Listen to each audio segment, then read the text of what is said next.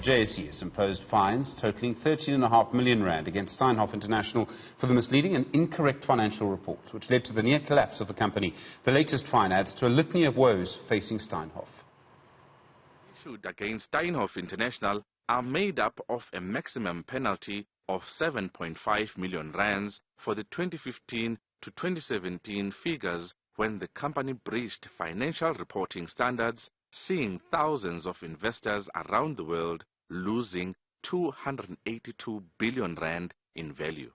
The JSE has also fined the Stellenbosch-based conglomerate another 5 million rand for breaching the JSE listing requirements for failure to disclose the SGI transaction via the JSE news service at the time and in the financial results for the 15 months ended August 2017. The latest fines come after the Financial Sector Conduct Authority last year imposed a 1.5 billion rand administrative fine on Steinhoff, which was later remitted to 53 million rands. Last year, a new Steinhoff board told Parliament that 3 executives were responsible for the scandal. The board named them as former CEO Marcus Juste and executives Michelle Schreiber and Ben Lagrange, who are the directors implicated in a PwC report as having been responsible for inflating the retailer's income by a whopping 100 billion rands.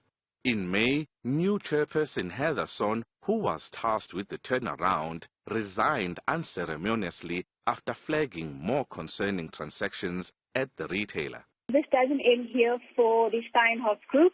JSE still continues to investigate the various individuals within the Steinhoff Group who were part or perpetrators at the time of the breach. The JSE says investigations into the conduct of individuals at Steinhoff continue, while the Hawks have told Newzroom Afrika that their high-level probe is ongoing.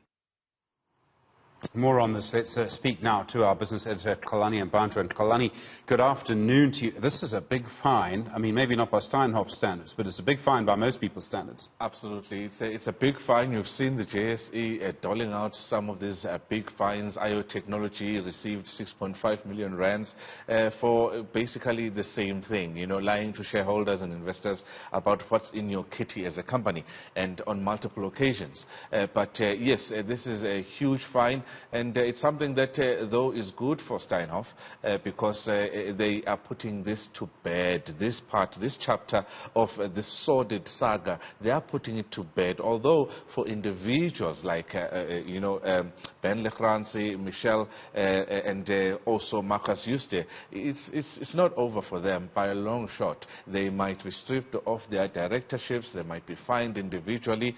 And, who else knows what's going to happen when the Hawks get to them?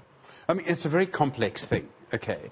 I'm not a business person, you are, but my first thought was that if someone lies to me and I'm the JSE, out you go. I mean, a fine isn't enough. We all know what Steinhoff did.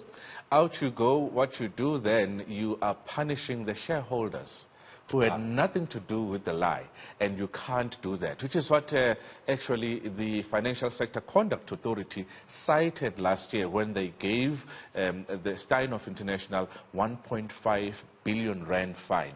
But they said we can't obviously punish the shareholders who still have a mountain of debt, a mountain of lawsuits coming. So what we're going to do rather is remit that particular fine to 53 million rands. That's a fair thing to do under the circumstances where only 3 or a handful of people were actually involved, yet there were shareholders around the world. It's you've got to love business. If you're crooked enough, if the stakes are big enough, it's someone else's problem and you'll be fine. I mean, that's the message it all sends, doesn't it? Not really. I caught up with the Hawks earlier this morning. I wasn't expecting to find them, anything new, but just the confirmation that when the time is right, they are going to comment on how far their investigations actually are going. Remember, these 3 individuals who are executives were already mentioned by the Steinhoff board as the people who were responsible for this particular scandal as far as the PwC report into the scandal was concerned. So they were forced to actually name these 3 individuals. So nobody knows what's going to happen to Steinhoff, to these 3 particular individuals. And the country is calling for action. We've seen action when it comes to some of the public sector side of things, PPE, corruption and so forth. And people are calling for action of similar nature and arrests in the private sector. And something in me tells me that we should just wait and see. These things do take time. Okay, I've got more to ask you about Marcus Jooste in a moment, but I just want to pick up something else around the JSE. And it's a question I'm sure you're asked all the time, which is why they didn't pick up this fraud, and I think we can call it that, when it happened. And that takes us straight back to the conversations around the auditing profession, doesn't it?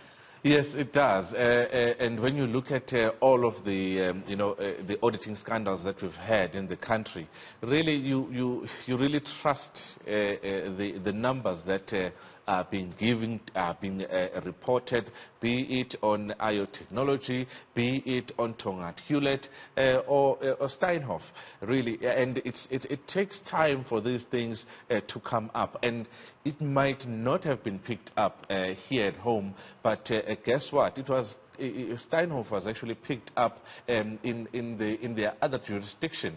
So they picked it up there, and when the first story came, we all didn't believe it, and we actually pushed it aside, because the JSE, in a regulatory world, they are actually number 20 around the world. They're actually they're held in high esteem. So but it's easy for these things to go through the cracks, and you can miss it. And Tongaat Hewlett did it.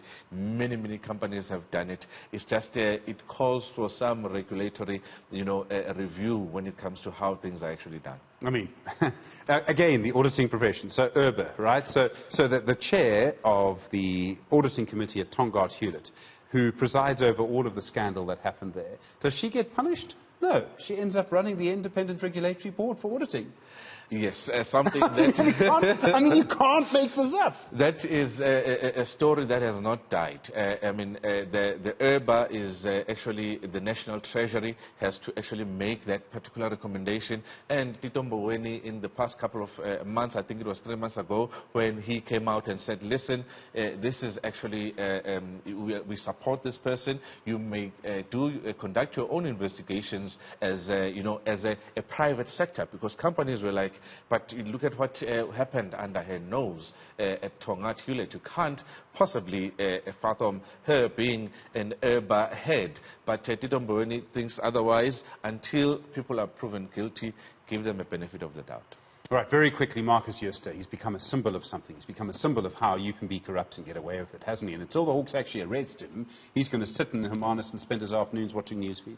And that's why I say that it's too early to say that, the wheels of justice for him have moved slowly. No. We've had a parliamentary process going on. We have an investigation with the NPA having its best, prosecutors in this particular matter. So just I'm being very optimistic on this one, because it is one of the biggest scandals in South Africa's corporate history. Kalani and Bandra, thanks very much indeed. I look forward to your next update about Marcus Jooste. Right, in other developing news.